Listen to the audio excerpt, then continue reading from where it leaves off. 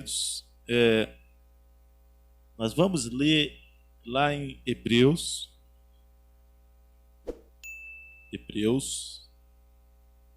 capítulo 10. Hebreus nós não temos ao certo, né? Nós não temos ao certo quem é o escritor de Hebreus, né? Provavelmente é voltado para Paulo, né? Mas não se dá a certeza. É voltado para Paulo. A forma que começa, né? Enfim, é bastante coerente com as cartas, epístola, né? Mas não sabemos ao certo quem foi o escritor de Hebreus, né? Mas é algo fantástico. Quando você lê Hebreus, é extraordinário. Hebreus, né? Enfim, até porque quando o escritor que escreveu aos Hebreus, é interessante porque eles escrevem exatamente porque as pessoas estão dentro de alguns rituais e algumas questões que se volta muito para o Antigo Testamento. Ou seja, eles querem dar ênfase, né? Eles querem dar ênfase a Moisés, as questões do Antigo Testamento, aquelas coisas todas. E aí o escritor traz a lembrança que a graça em Cristo Jesus ela é suficiente, a graça em Cristo Jesus ela é maior. Olha, o que aconteceu no Antigo Testamento, extraordinário. Mas não vamos voltar ao Antigo Testamento. Vamos, de fato, dar ênfase à graça manifestada em Cristo Jesus, que ela é o suficiente, né? Então, é muito bom por isso, é muito legal aos Hebreus. Então, quem achou aí, Hebreus capítulo 10,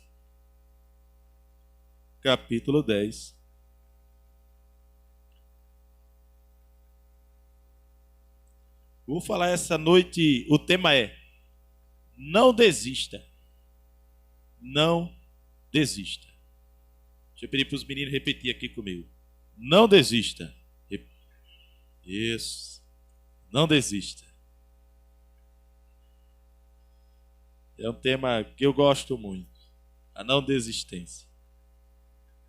10 a partir do 36. Hebreus 10 a partir do 36.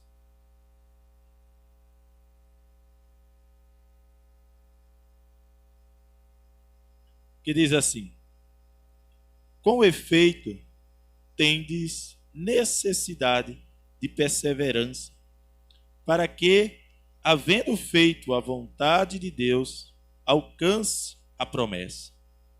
Porque ainda tem dentro de pouco tempo, aquele que vem virá e não tardará.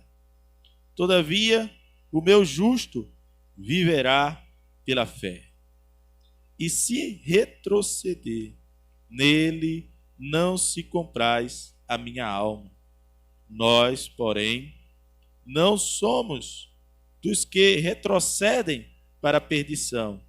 Somos, entretanto, da fé para a conservação da alma. Amém, queridos? Louvado seja Deus. Queridos, é interessante que, trazendo mais um pouco do contexto, quando o escritor aos Hebreus ele escreve isso, ele escreve dentro de um contexto em que eles estão passando por lutas. Os hebreus aqui estão passando por lutas, por dificuldades, perseguições. Estão passando por umas situações muito difíceis. E quando eu falo luta, perseguição, não é essa luta que estamos passando agora, né, por causa desse vírus todo, isso tudo. Não é essa luta. Essa luta é fichinha para aquilo que eles estavam passando lá, né? Essa luta, essa dificuldade que nós estamos passando, que não deixa de ser uma dificuldade, não deixa de ser uma grande dificuldade, posso até falar assim, mas não se compara para o contexto em que eles estão escutando isso aqui. Eles estão escutando isso aqui de uma forma diferente, porque a luta que eles estão passando é pesada, a luta que eles estão passando é difícil, muita perseguição, morte.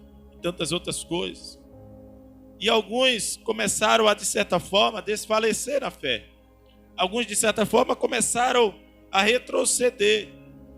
Alguns começaram a simplesmente voltar atrás da ideia que é cristianismo. Alguns não queriam dizer em palavras, mas pelas suas atitudes estavam retrocedendo, estavam voltando atrás. E aí o escritor, quando ele traz toda essa ideia, nesse verso número 36, ele, com efeito, tendes necessidade de perseverança, ou seja, uma necessidade. Você tem uma necessidade de perseverança. É uma questão de necessidade, né? É interessante isso. Não é uma opção, então, né?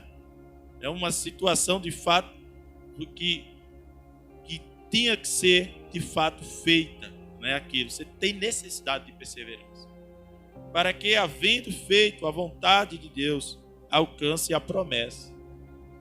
Você não pode perder a promessa. Você não pode perder aquilo que Deus lhe prometeu. Você precisa ser perseverante, você precisa dar continuidade.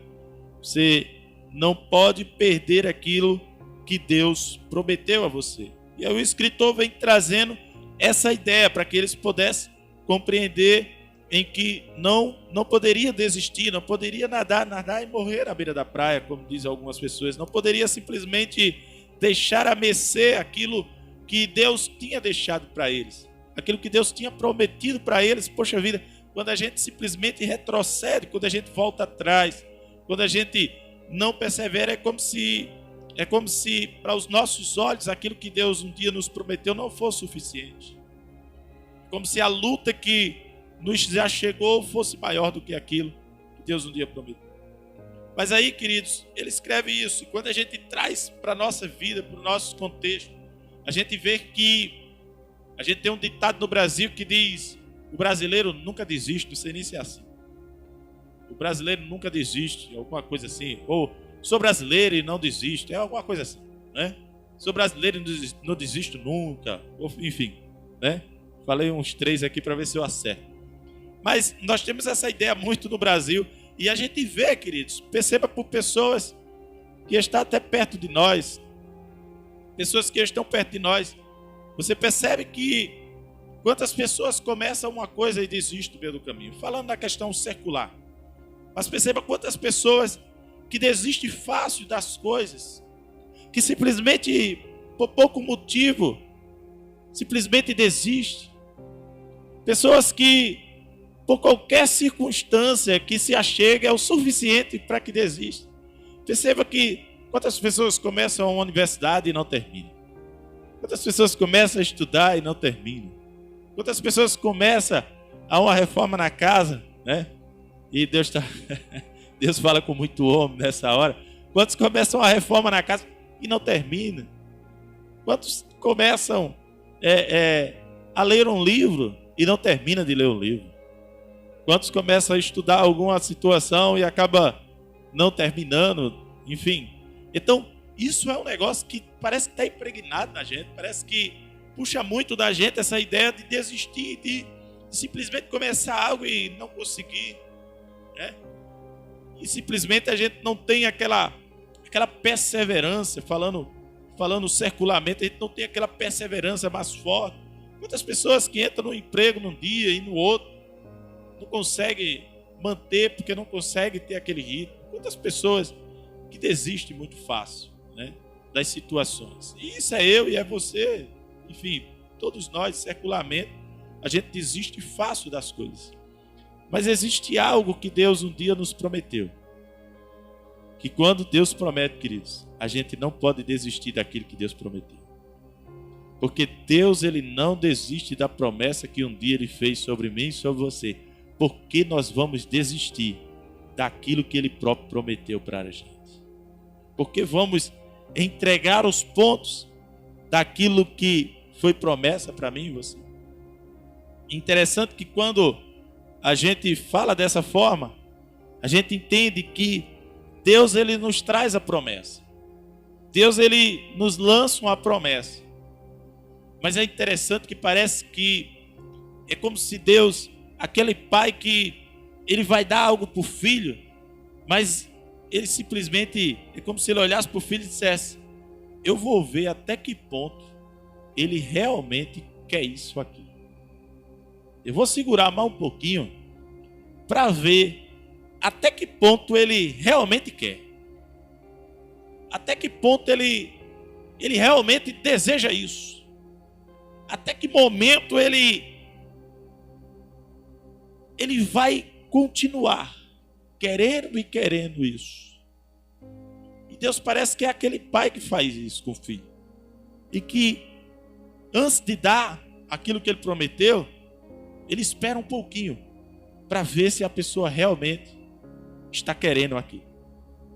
E sabe, queridos, e aí para a gente começar a mensagem, eu queria te dizer: o que Deus tem para você é maior do que a sua desistência. O que Deus tem para você é muito maior do que a sua desistência. Não entregue os pontos naquilo que Deus te prometeu, porque aquilo que Ele te prometeu é grande. Aquilo que Ele te prometeu é maravilhoso. Aquilo que Ele te prometeu é honroso. Aquilo que Ele te prometeu é simplesmente extraordinário.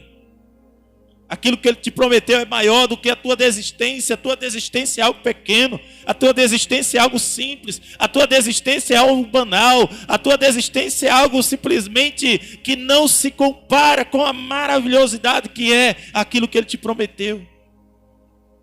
Olha para a promessa que Ele te fez e olha para o quanto é pequeno uma desistência. Olha para o quanto é pequeno. A desistência talvez seja até mais fácil. Eu vou chutar o balde, deixa isso para lá. Para que eu vou perseverar nisso? Mas sabe, queridos, a vitória que Deus te tem para você, se você perseverar, é por isso, querido, que eu costumo dizer que quanto maior a luta, maior a vitória. Quanto maior é a luta, maior é a vitória sobre as nossas vidas. Quanto mais a gente luta, queridos, por algo, e a gente consegue, mais a gente dá valor. Nós vivemos numa geração que não dá valor às coisas porque não quer ter luta pelaquilo, porque não tem luta. Você vê a geração passada, queridos, ela dá valor às coisas, ela dá valor ao que tem na mão, dá valor àquilo que chegou, aonde chegou, dá valor. Porque lutou pelaquilo, porque trabalhou, se esforçou, derramou suor pelaquilo. Mas nós vivemos numa geração que é tudo muito prático, muito rápido, é tudo muito fácil. Vem tudo na mão de uma forma muito simples, sabe? E quando vem assim, queridos, a gente tanto faz como tanto fez. Mas com Deus, isso não funciona. Com Deus não tem geração passada, nem geração da agora, nem geração. Com Deus é o seguinte: ou você persevera ou não recebe aquilo que Ele tem para você. Com Deus ou você não de fato coloca a sua fé, ou você simplesmente persevera, vai à frente, vai adiante, ou não recebe aquilo que Ele tem. Mas se Deus traz essa mensagem para o meu e o teu coração esta noite, pode ter certeza, Ele simplesmente quer trazer sobre as nossas vidas. Ele simplesmente quer abençoar a minha e a tua vida. Mas o Espírito de Deus só fala ao meu e ao teu coração esta noite: não desista, continue em frente, não entregue os pontos. A situação está difícil, a coisa está apertada, mas não desista, porque a promessa de Deus ainda está para chegar. Ela está chegando e chegará para abençoar a tua vida. Chegará para mudar. Chegará para renovar, chegará para transformar, chegará para dar um novo espaço, uma nova direção, chegará para dar uma nova ênfase na tua vida. As vitórias de Deus, quando chegam na nossa vida, nos chega para nos presentear de uma forma diferente. É por isso que tem gente, queridos, que quando vai chegando em níveis, que ele olha assim e diz: poxa vida, é tanta bênção que eu não posso desistir agora, tem mais ainda para mim. E sabe, queridos, receber de Deus as vitórias de Deus, receber de Deus as bênçãos de Deus, queridos, é algo que nós devemos almejar. Não é algo, sabe? Não, é de fato uma palavra para que você entenda, mas que é você ser de fato assim, ser perseverante de uma forma assim, monstruosa, grandiosa, extraordinária.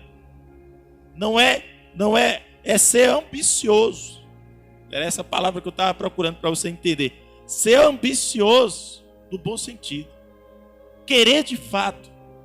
E me agarrar com as mãos, com as unhas, como for aquilo que Deus tem. Lembra de Jacó? Quando o anjo se agarra ali no anjo. E ele diz, olha, eu só saio daqui agora depois da minha bênção. Eu só saio aqui agora depois da minha vitória. Jacó se agarra com o anjo. E esse anjo, queridos, era o próprio Deus. E sabe, se agarrou com ele ali. E era tudo exatamente nesse contexto que eu estou lhe falando. Era exatamente essa ideia assim, da persistência. Ou seja, Deus deixou ele se agarrar. Deus chegou a ferir ele. Mas chegou a ferir exatamente para ver até que ponto ele queria. Ou seja, você acha que um anjo não era o suficiente para acabar até com Jacó ali? Para matar Jacó. Mas o anjo está lá e diz, me solte. E esse me solte não era querendo que ele soltasse, mas era exatamente para ver até que ponto Jacó estaria disposto a receber a sua bênção. E o anjo fere ele, e ele simplesmente solta, mas ele recebe a vitória dele. Sabe, queridos? E aí eu fico pensando em Jacó. Estou ferido, estou mancando, mas perseverei até receber a minha vitória. Perseverei até receber a minha bênção.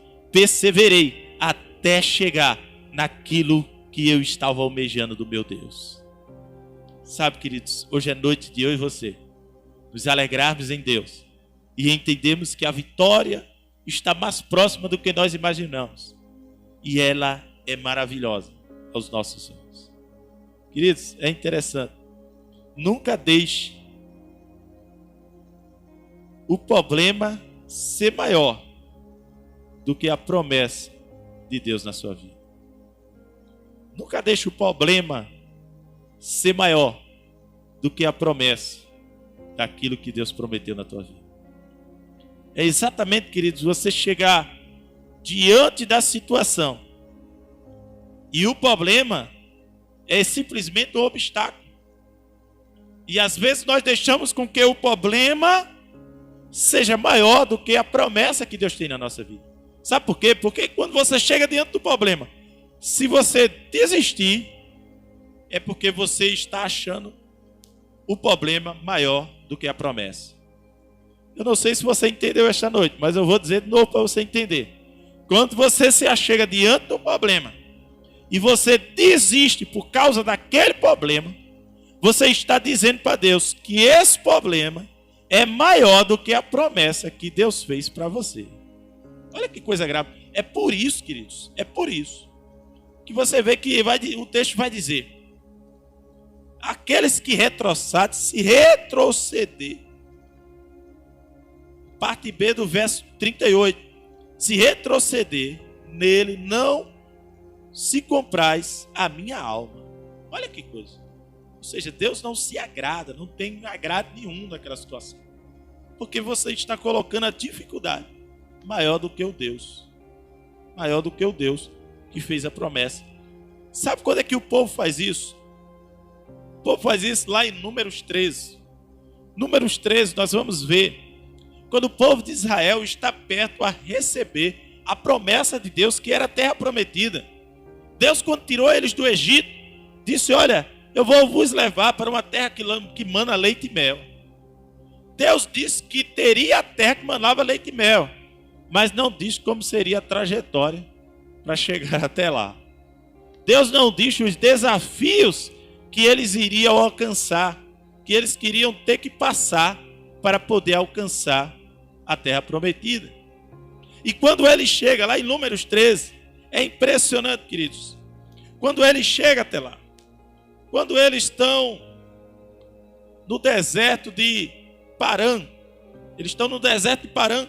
E é interessante que eles estão lá. E aí Deus chega a Moisés. Olha, mas escolhe aí 12 homens. De cada tribo um. De cada tribo o chefe da tribo ali, o rei da tribo. O príncipe da tribo, melhor dizendo, o texto fala do príncipe. O príncipe da tribo. E que eles vão espiar a terra. E do jeito que Deus fala, Moisés faz. Pega um de cada tribo. O príncipe de cada tribo. Ou seja, para você ter ideia, Cristo, Deus deu essa ordem a ele. Não pegou qualquer pessoa. Pegou de cada tribo, pegou o maioral. Pegou o cabeça, pegou o inteligente, pegou o sábio, pegou o guerreiro. Não pegou qualquer um não. Pegou de fato pessoas que tinha gama para entender o que estava vendo. E aí simplesmente esses 12 vão até lá. E quando eles chegam, eles percebem, querido, e a terra manda leite e mel. Eles chegam no vale de escuro.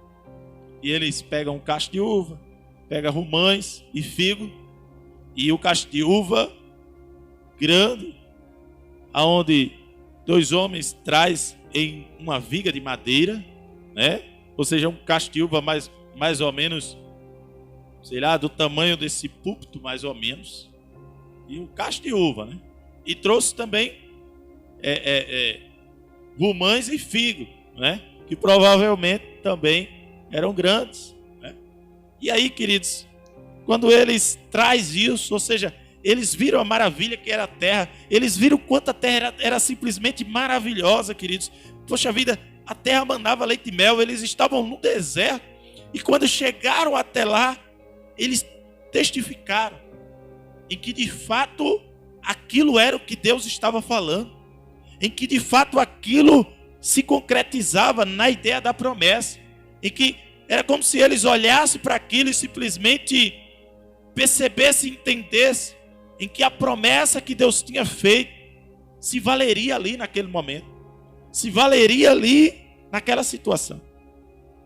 E eles, quando vê isso, eles chegam com um relatório, e no relatório deles, queridos, é impressionante. No relatório deles, eles vão dizer, primeiro, de fato, a terra manda leite e mel. E aí eles vão dizer, mas aí, no relatório deles, quando eles falam, olha, realmente a terra manda leite e mel. É isso mesmo. Ou seja, é como se eles dissessem, olha, a promessa de Deus é verdadeira. Olha, a promessa de Deus chegou até os meus olhos. É como se eles dissessem assim. Vocês dissessem, olha, a promessa que Ele nos fez sobre todo o deserto, sobre antes da gente sair lá no Egito, e a gente passou pelo deserto crendo nessa promessa. Olha, Moisés, essa promessa é verdadeira. Nós vimos ela, nós enxergamos ela. Queridos, entenda isso. Mas sabe o que é que eles dizem também? Olha, Moisés, é o seguinte, a terra é boa, mas lá tem filisteu, cananeu, seduceu, eteu. Olha, eles são como gigantes. Eles são como gigantes, são da família de Anak, são gigantes. Mas é o seguinte, olha, nós somos como gafanhoto. Aos olhos dele, nós somos como gafanhoto. Ou seja, ele fez um comparativo, queridos. E sabe, quando ele faz esse comparativo, é a síndrome do gafanhoto. Talvez um dia eu traga uma mensagem trazendo essa ideia toda completa, que eu ainda não... A síndrome do gafanhoto. Eles se olharam, tu já pensou nisso? Eles se olharam e disseram, nós somos como os gafanhotos. E aos olhos dele, nós também somos como gafanhotos. Ou seja, eles se achavam pequenos, e na cabeça deles, eles lá também, quando vissem eles de fato iriam achar eles pequenos, iriam acabar com eles. E eles disseram, estamos perdidos. Nós vamos morrer no meio dessa situação. Nós não temos, eles queriam dizer, olha, nós não temos nenhuma expectativa. Queridos, quando eles, é interessante que o arraial inteiro estava ouvindo eles. Ou seja, eles estão no deserto de Parã. Eles estão no deserto e estão exatamente vendo o fruto ali, queridos. A promessa que Deus tinha feito estava diante dos olhos de todos. Estava vendo as romãs, estava vendo os figos dentro da promessa que Deus fez. Mas quando ele disse, olha, nós somos como gafanhoto, queridos, o que estava diante dos olhos deles, acabou-se tudo. Eles não quiseram saber de mais nada. Eles disseram, Moisés, trouxesse a gente aqui para a gente morrer aqui. Nós vamos morrer, eles vão acabar com a gente. Queridos, parece brincadeira, mas eles passaram a noite inteira chorando. Não foi um momento não.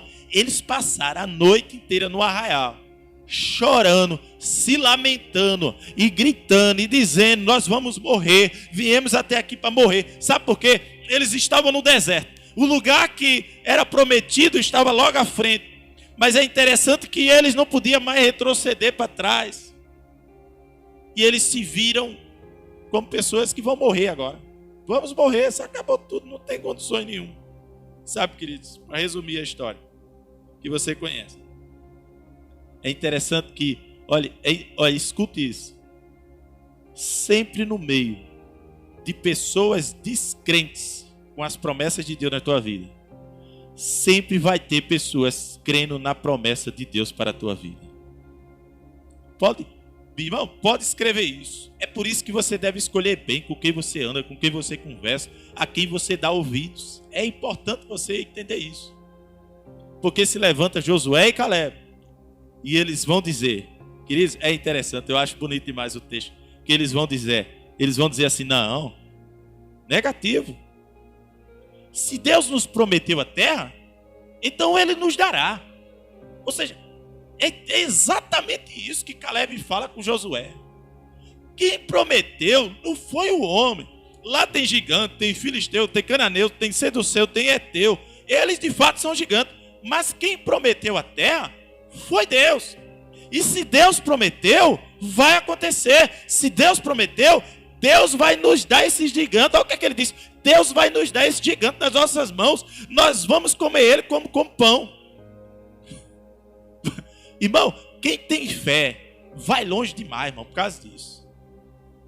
Quem tem fé na promessa vai muito distante por causa disso. Porque enquanto aquele que está olhando, porque Josué e Caleb, assim como os outros 10, eles viram a mesma coisa. Mas eles não se apavoraram com o que eles viram. Sabe por quê? Porque a mente e os olhos deles estavam na promessa. Quem olha para a promessa, queridos, não tem tempo para perder com o gigante, não. Quem olha, irmão, eu quero dizer um negócio para você. Quem olha para a promessa não tem tempo a perder com o gigante, não. Quem olha para a promessa não tem tempo a perder com o problema, não. Quem olha para a promessa só tem os olhos para ela e vai alcançar ela, porque quem tem os olhos na promessa crê nos Deus do impossível. É importante nós entendermos isso. Josué traz isso.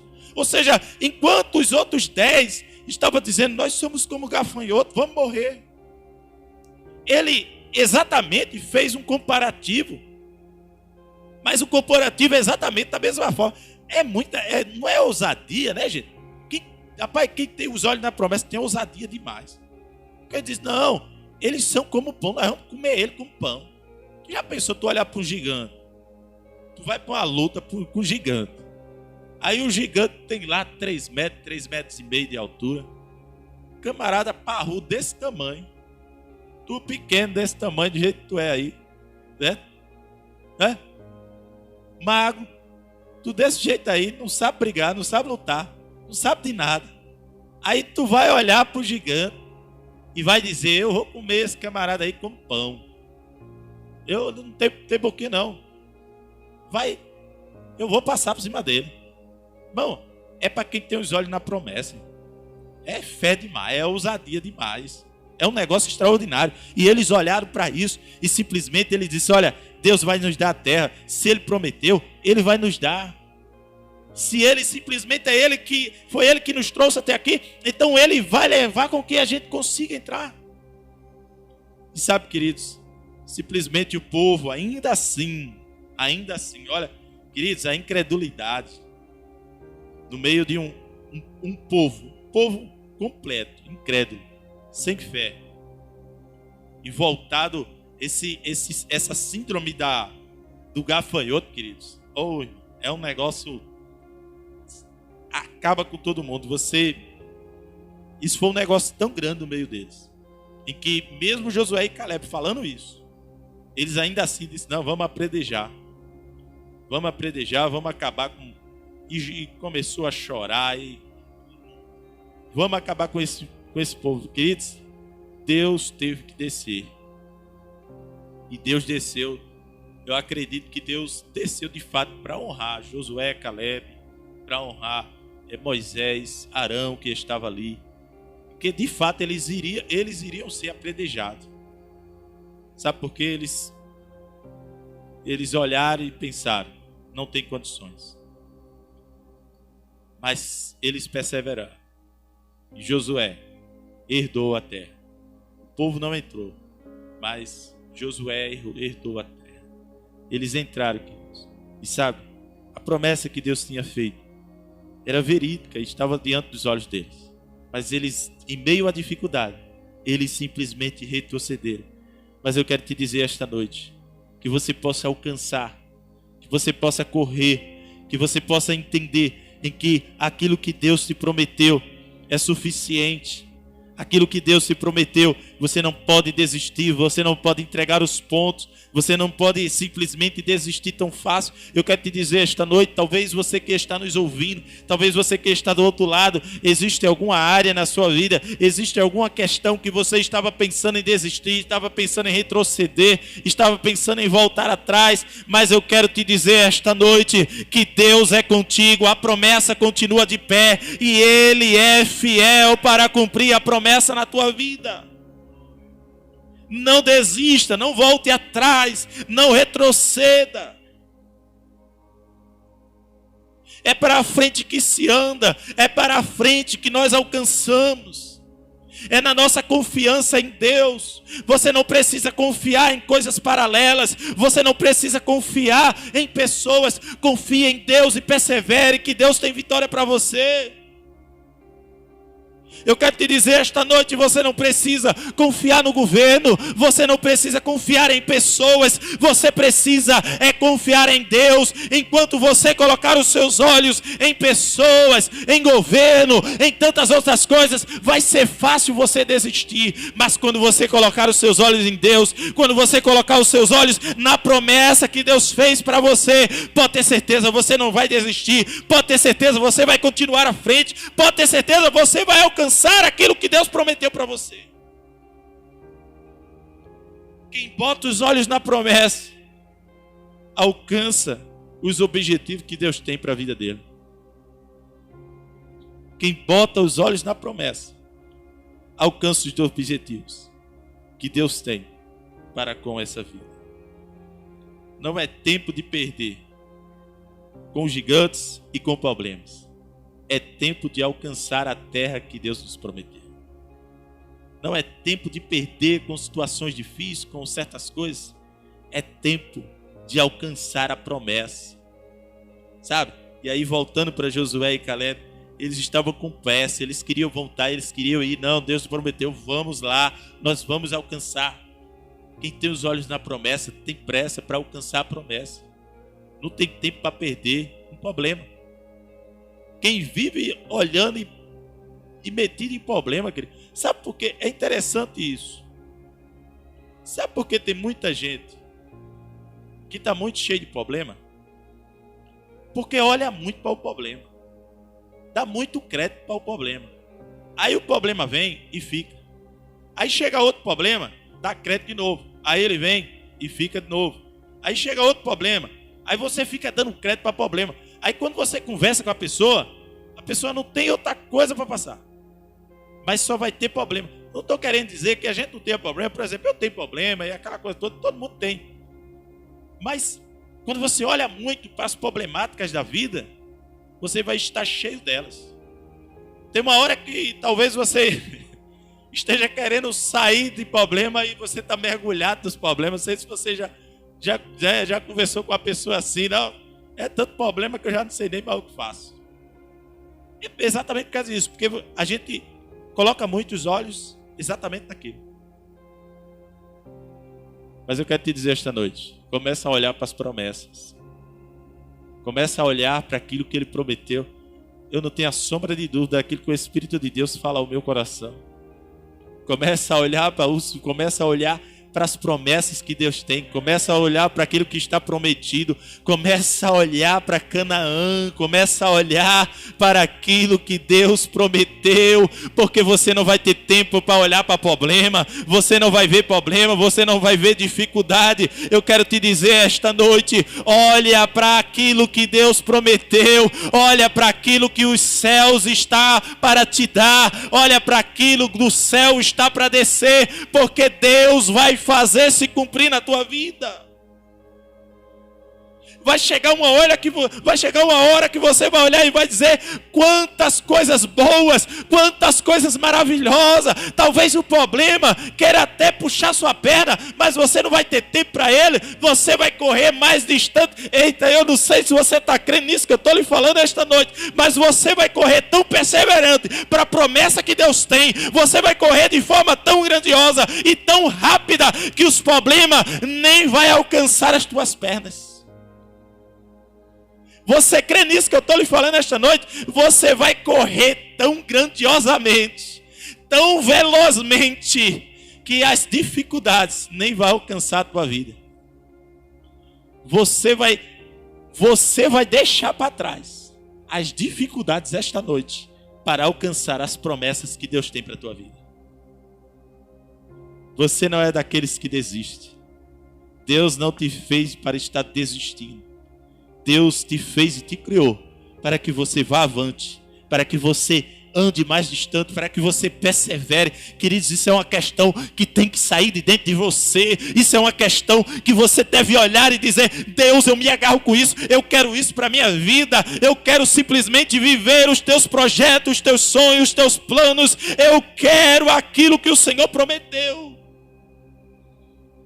É um negócio que você acorda de manhã e diz, você acorda de manhã e você não olha para o problema, você acorda de manhã e diz: eu creio nas tuas promessas, eu creio no teu milagre, eu creio que o meu dia hoje vai ser abençoador. Eu creio que hoje vai ser abençoador. Você não deve acordar e pensar: tem crise, tem barreira sanitária, tem não sei o que, e isso e aquilo, os hospitais estão cheios e não sei o que. Não acorde com isso na cabeça, que o teu dia vai ser pior ainda. Não acorde com isso dentro de você, porque o seu dia vai realmente ser um dia infeliz, vai ser um dia trágico, vai ser um dia dificultoso. Mas se você acordar e dizer: eu creio nas tuas promessas, eu creio naquilo que o Senhor falou, eu creio que em Ti todas as coisas se concretizam. Senhor, eu coloco a minha vida diante de Ti e eu creio que o meu dia, ele vai ser abençoador. Eu não tenho nada, está difícil, mas eu creio que o Senhor vai prover, eu creio que o Senhor vai fazer, eu creio que vai ser um dia abençoado, porque eu creio na Tua promessa e não desisto. Eu creio naquilo que o Senhor tem para mim. Queridos, eu creio naquilo que o Senhor tem para mim de uma forma tão extraordinária. Oh, irmãos, Deus não te chamou para simplesmente ser perdedor. Deus não te chamou para simplesmente ser uma mulher infeliz. Deus te chamou para ser vitorioso. Deus te chamou para ser vitoriosa. Deus te chamou para vencer nessa terra. É tempo de alcançar as vitórias de Deus na nossa vida. É tempo de alcançar as promessas de Deus sobre as nossas vidas. Como diz o texto, verso 38, para nós encerrarmos: todavia, o meu justo viverá pela fé. Queridos, como é bonito esse texto. Eu vou ler ele de novo para a gente entender ele. Olha o que é que esse texto diz. Todavia, o meu, olha o que é que ele está dizendo: o meu justo viverá pela fé. Você é dele, você vive pela fé. Você não é desse mundo, você não é de outra pessoa, você é dele. O meu justo, você é dele, você vive pela fé. É a fé que te move. É a fé que te leva à frente.